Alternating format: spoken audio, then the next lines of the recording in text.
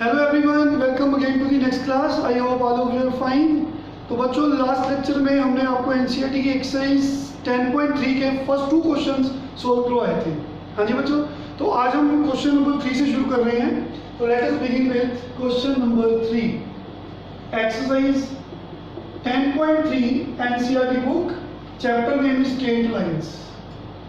तो बच्चों क्वेश्चन है, reduce the following equations into the normal form। तो हमें given equations को normal form में कन्वर्ट करना है। तो फर्स्ट वी है, तो बच्चों फर्स्ट है x minus √3y plus 8 equal to 0। हमें जनरल फॉर्म दी हुई है इस तरह की। जनरल फॉर्म इसे बोलते हैं जनरल फॉर्म, स्ट्रेट लाइन की जनरल फॉर्म है। इसको हमने नॉर्मल फॉर्म में लाना है। ये आपको हम प्रूफ भी करा चुके हैं कि नॉर्मल फॉर्म क्या होती है। तो फिर से थोड़ा सा आपको रिवाइज करवा रहे हैं। तो बच्चों, हमारे पास कोई स्ट्रेट लाइन है, मान लो ये लाइन है। तो गिवन है कि ओरिजिन से इस लाइन पे परपेंडिकुलर फेंका और उसकी लेंथ गिवन है p। Given that this perpendicular line makes angle alpha और ओमेगा, अल्फा और ओमेगा कुछ भी कह सकते हैं, with the positive direction of x axis. Under this two given conditions we have proved that equation of this line is x cos alpha plus y sin alpha equal to p। इसे बोलते हैं normal form. ये हम proof भी आपको इसका दे चुके हैं, इसका प्रूफ हम दे चुके हैं। सिंपली अगर हमें नॉर्मल फॉर्म की इक्वेशन निकालनी है तो उसमें हमें 2 चीजें गिवन होती है। ओरिजिन से उस लाइन पे परपेंडिकुलर फेंको, उसकी लेंथ गिवन होती है जिसे हम p से डिनोट कर रहे हैं, और इस परपेंडिकुलर का x एक्सिस के साथ एंगल जो है अल्फा है। तो इस लाइन की इक्वेशन नॉर्मल फॉर्म में ये होती है, नॉर्मल फॉर्म। हमें जनरल फॉर्म दी हुई है, हमें नॉर्मल फॉर्म में पहुंचना है। तो उसके लिए आप स्टेप्स याद रखेंगे। आपको ऐसे कोई भी जनरल फॉर्म दी होगी, आपको नॉर्मल फॉर्म में पहुंचना है। तो सबसे पहले आपने कांस्टेंट टर्म को राइट हैंड साइड पे लेके जाना है। फिर अगर तो c की जगह पे मान लो 5 लिखा हुआ तो ये -5 बन जाएगा। अगर यहाँ पे 5 होता तो उधर जाके वो -5 बन जाएगा। अगर c -5 होता तो राइट हैंड साइड पे जाके वो +5 बन जाएगा। तो हमने ये जो c है, ये राइट हैंड साइड में जो क्वांटिटी आएगी उसको पॉजिटिव बना रहे हैं। Keep in mind, always make quantity in RHS जो -c के इक्वल है अभी is positive। अगर ये c मान लो -2 है तो उधर जाके ऑलरेडी पॉजिटिव हो जाएगा -3। अगर यहाँ पे 2 होता तो उधर जाके -2 हो जाता। लेकिन keep in mind, right hand side में जो -c की वैल्यू है वो पॉजिटिव बनानी है। फर्स्ट स्टेप, स्टैंडर्ड फॉर्म, ये आपकी जनरल फॉर्म दी हुई है। आपने कांस्टेंट टर्म को राइट हैंड साइड पे लेके जाना है। साथ साथ चलते हैं, चलो। ये जनरल फॉर्म है, आपने कांस्टेंट टर्म को राइट हैंड साइड पे लेके, ये c की वैल्यू +8 है तो -8 होगी। फिर इस क्वांटिटी को पॉजिटिव बनाने के लिए multiply both sides bye -1, multiply both sides bye -1। इसको -1 से मल्टीप्लाई किया, इसको भी -1 से मल्टीप्लाई किया, इसको भी -1 से मल्टीप्लाई किया। अगर यहाँ पे -8 होता तो बच्चों फिर उधर जाते तो वो +8 हो जाता। तो फिर ये स्टेप करने की जरूरत नहीं थी। मतलब कि राइट हैंड साइड में जो कांस्टेंट है वो पॉजिटिव बना रहा है, जैसे -8 को +8 बना रहा है। अगर इधर -8 होता तो उधर जाके +8 होना था। फिर हमको मल्टीप्लाई करने की, ये स्टेप करने की जरूरत नहीं थी। सेकंड स्टेप, ठीक है बच्चों। Second step, divide both sides by under the root coefficient of X square plus coefficient of Y square. जब भी आपको जनरल फॉर्म को नॉर्मल फॉर्म में लाना है तो सिंपली आपको दो स्टेप्स याद रखने हैं। स्टेप 1, कांस्टेंट टर्म को राइट हैंड साइड पे ले जाओ। अगर तो पॉजिटिव है तो ठीक है, सीधा स्टेप 2 करो। अगर वो नेगेटिव है उसको पॉजिटिव बनाओ। जैसे ये 8 को मैं राइट हैंड साइड पे लेकर दिया, ये -8 आ गया, इसको पॉजिटिव बनाने के लिए -1 से दोनों तरफ मल्टीप्लाई किया। और स्टेप 2 क्या है, दोनों तरफ divide both sides by under root X का जो भी कोफिशिएंट होगा a, यहाँ पे -1 है, उसका स्क्वायर कर दो a स्क्वायर, प्लस जो भी y का कोफिशिएंट है उसका स्क्वायर कर दो। उसकी वैल्यू कितनी आएगी 1 + 3 4 का अंडर रूट 2, दोनों तरफ 2 से डिवाइड करो। देखो बच्चों, लेफ्ट हैंड साइड में 2 से डिवाइड करो और राइट हैंड साइड में 2 से डिवाइड करो, 8/4। ये दो स्टेप्स समझ आ गए तो आपकी नॉर्मल फॉर्म बन जाएगी। देखिए, अगर आपको जनरल फॉर्म को नॉर्मल फॉर्म में कन्वर्ट करना है तो ये दो स्टेप्स आपको करने ही करने हैं। पहले आपको राइट हैंड साइड पे कांस्टेंट को लेके जाना है। अगर वो पॉजिटिव है तो ठीक है, सीधे सेकंड स्टेप। अगर वो पॉजिटिव नहीं है तो उसको पॉजिटिव बनाने के लिए -1 से दोनों तरफ मल्टीप्लाई करो या डिवाइड करो, एक ही बात है। फिर x का जो भी कोफिशिएंट है, जैसे -1 है, उसका स्क्वायर करो, y के कोफिशिएंट का स्क्वायर करो, फिर उसका अंडर रूट ले लो। जितनी भी वो वैल्यू आती है, ठीक है, यहाँ पे equation number divide both sides bye 2, ठीक है, इक्वेशन 1 में डिवाइड कर दो। तो इक्वेशन 1 में हमने इसमें 2 से दोनों तरफ डिवाइड कर दिया। फिर आपने लिखना है कंपेयर इट विद, जो अभी आपके पास इक्वेशन आई, x cos alpha plus y sin alpha equal to p। तो यही तो नॉर्मल फॉर्म है। तो देखिए, कंपेयर करिए, ये x के साथ -1/2 है, हमारे पास x के साथ कौन है, cos अल्फा। तो cos अल्फा कौन होना चाहिए, -1/2, और sin अल्फा कौन होना चाहिए, जो y का कोफिशिएंट है, √3/2। और राइट हैंड साइड में p कौन है, 4।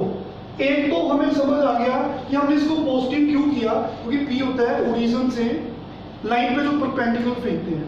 तो परपेंडिकुलर क्या है कि डिस्टेंस है, ठीक है, ओरिजिन से जो लेंथ है, ओरिजिन से लाइन पे जो लेंथ है उसको बोलते हैं परपेंडिकुलर डिस्टेंस।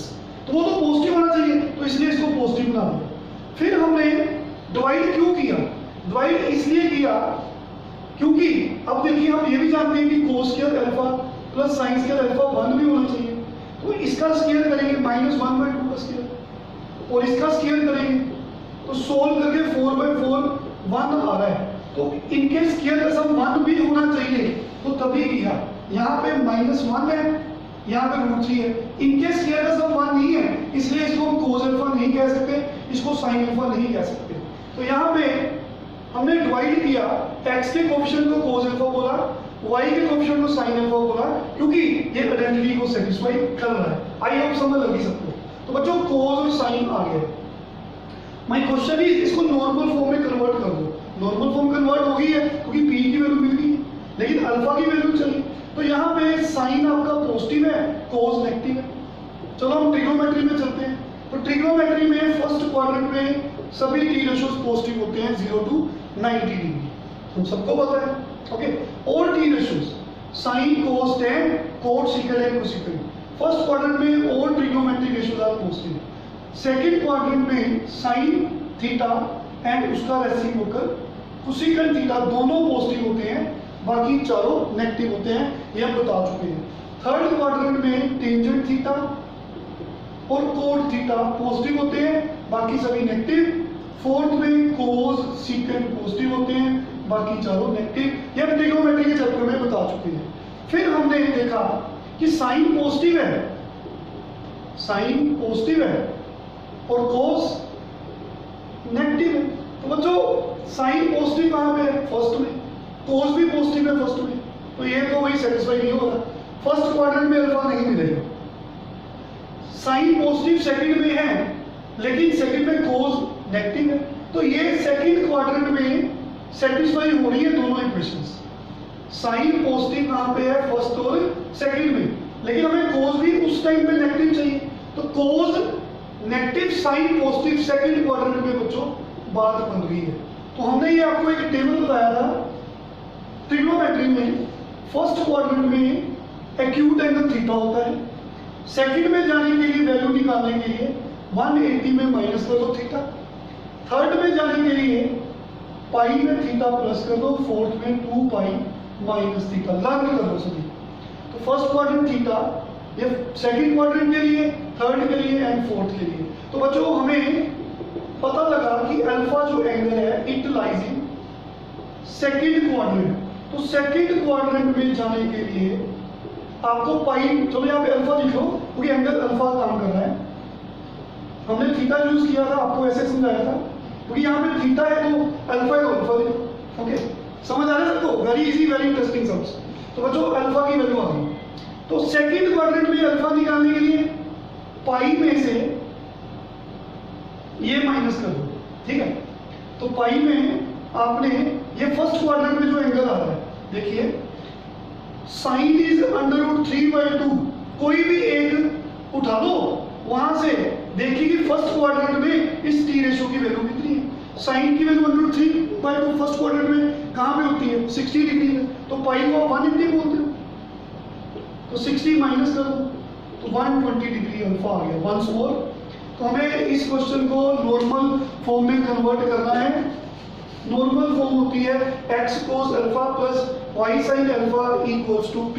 ओके, तो बच्चों हमें अल्फा और p की वैल्यू चाहिए। तो सबसे पहले स्टेप 1, कांस्टेंट टर्म को राइट हैंड साइड पे लेको, अगर ये नेगेटिव नंबर है जो पॉजिटिव ना हो उसके लिए -1 से सबको डिवाइड कर दिया, जब मल्टीप्लाई कर दिया 1 इज द सेम थिंग। फिर हमने दोनों तरफ x का जो कोफिशिएंट है उसका स्क्वायर करना है, जो y का कोफिशिएंट है उसका स्क्वायर करना है, दोनों को प्लस करना है, अंडर रूट लेना है, उस वैल्यू को दोनों तरफ डिवाइड कर देना है। फिर x के कोफिशिएंट को cos अल्फा बोलना है, sin y के कोफिशिएंट को sin अल्फा बोलना है, और ये राइट हैंड साइड में जो क्वांटिटीज को p बोलना है, तो यहाँ से अल्फा निकालना है। तो बच्चों sin positive, cos negative, second quadrant, तो ये टेबल हमने याद करा दिया, थीटा जो ट्रिग्नोमेट्री में समझाया था ऐसे। तो हमें सेकंड क्वाड्रेंट में अल्फा मिल जाएगा, that is pi minus theta. तो सबसे पहले थीटा निकालना है। थीटा क्या है, एक्यूट एंगल, तो एक्यूट एंगल जो होता है फर्स्ट क्वाड्रेंट में होता है, फर्स्ट क्वाड्रेंट 0 to 90, तो 0 और 90 में साइन की पॉजिटिव वैल्यू मिलेगी, कोस की भी पॉजिटिव, जहां तो कोस की 1/2, देखिए फर्स्ट क्वाड्रेंट में कितना आता है, कोस 1/2 60 डिग्री में होता है, और साइन √3/2 कौन से एंगल के लिए, फर्स्ट क्वाड्रेंट में इसकी वैल्यू मिलेगी 60 के लिए। तो हमने फर्स्ट क्वाड्रेंट में साइन की वैल्यू √3/2 कौन से एंगल पे होती है वो फाइंड कर ली 60 डिग्री पे, और सेकंड में जाने के लिए 180 में से फर्स्ट क्वाड्रेंट में जो इसकी वैल्यू थी वो माइनस कर देंगे, तो 120 आ गया। तो बच्चों इस अल्फा के लिए ये दोनों सेटिस्फाई हो रहे हैं। तो हमारी नॉर्मल फॉर्म क्या बन गई, नॉर्मल फॉर्म क्या थी, x cos alpha y sin alpha equal to p। I hope clear है सबको। तो this is the required equation of straight line. तो बच्चों फटाफट एक और क्वेश्चन कराएंगे जिससे आपको अच्छे से समझ क्लियर हो जाएंगे।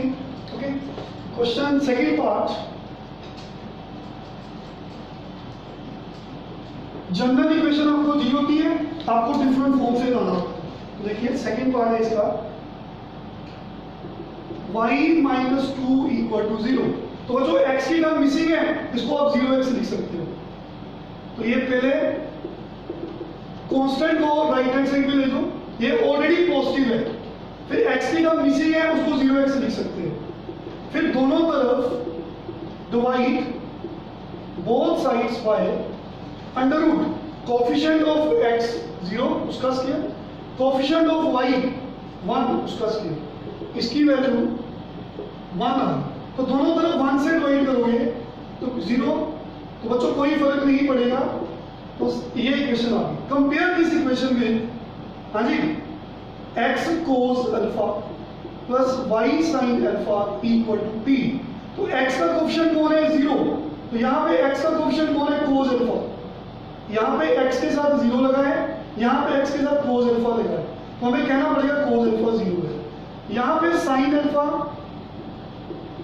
y का कोफिशिएंट है साइन अल्फा और यहाँ पे y का कोफिशिएंट कौन है बच्चों 1, तो दोनों तरफ कंपेयर करो p की वैल्यू 2 आ गई, तो दोनों पॉजिटिव हैं, तो फर्स्ट क्वाड्रेंट में हम जानते हैं थीटा, तो देखिए अल्फा इज 90 डिग्री बिकॉज कोस 90 भी 0 होता है, साइन 91 होता है, इस एंगल के लिए दोनों सेटिस्फाई हो रहे हैं। तो what is the required equation, normal form में x cos alpha y sin alpha equals to p, तो cos हाँ जी बच्चों पाई बाय 2 90 भी लिख सकते हो, डिग्री में लिखना है तो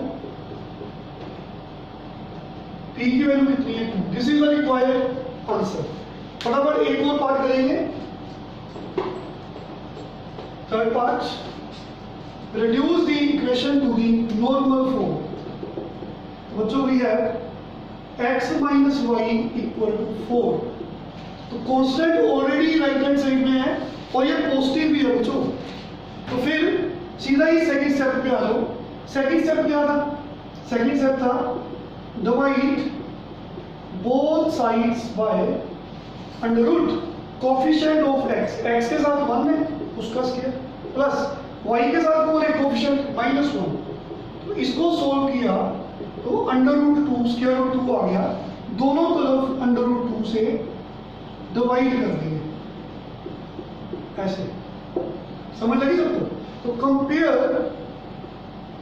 it with x cos alpha plus y sin alpha equals to p, तो बच्चों x के साथ देखिए cos अल्फा है, तो इसके पास x के साथ कौन है 1/√2, y के कोफिशिएंट sin अल्फा है, इसका y का कोफिशिएंट -1/√2 है, तो p 4/√2 है बच्चों, 4 को आप लिख सकते हो 2 × 2 और एक 2 को 2 बार √2 लिख दो ताकि एक √2 कैंसिल हो जाए, तो p की वैल्यू 2√2 मिल गई, समझ आया सबको। नाउ हाँ जी, तो बच्चों cos is positive, sine is negative, quadrants में चल जाओ, फर्स्ट क्वाड्रेंट में सभी t रेशियोज पॉजिटिव, सेकंड में साइन और उसका reciprocal positive, it means cos negative है, थर्ड में tangent positive, cot positive, fourth में cos positive, second positive, it means sine negative है। तो cos पॉजिटिव साइन नेगेटिव हमें कहना पड़ेगा alpha lies in the fourth quadrant. तो अभी बताया फोर्थ क्वाड्रेंट में जाने के लिए हमने ये टेबल की हेल्प ली, theta pi minus theta pi plus theta 2 pi minus theta, ऐसे भी कह सकते हैं थीटा 180 माइनस थीटा, हाँ जी 180 प्लस थीटा 360 माइनस थीटा। अगर डिग्रीज में बोलना है रेडियंस में ऐसे लिखते हैं, one is same thing, conversion है।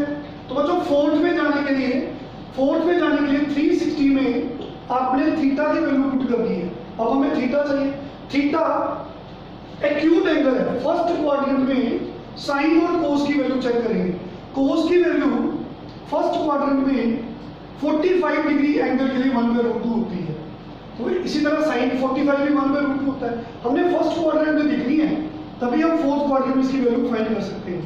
तो फर्स्ट क्वाड्रेंट में कोस की वैल्यू 45, तो जैसे ही 45 माइनस किया 315 डिग्री आ गया बच्चों, तो equation of line x cos alpha यही होती है normal form, y sin alpha equal to p कितना है 2√2। अगर आप सपोज करो इसको सिंप्लीफाई करते हो, cos 315 की वैल्यू, sin 315 की वैल्यू, और इसको सिंप्लीफाई करते हो, यकीन मानो वापस यहाँ पे पहुंच जाओ, समझ आया सबको? ओके, तो बच्चों नेक्स्ट लेक्चर में हम आपको आगे कंटिन्यू कराएंगे, तब तक आप इन सब की प्रैक्टिस करेंगे। Thank you very much, take care.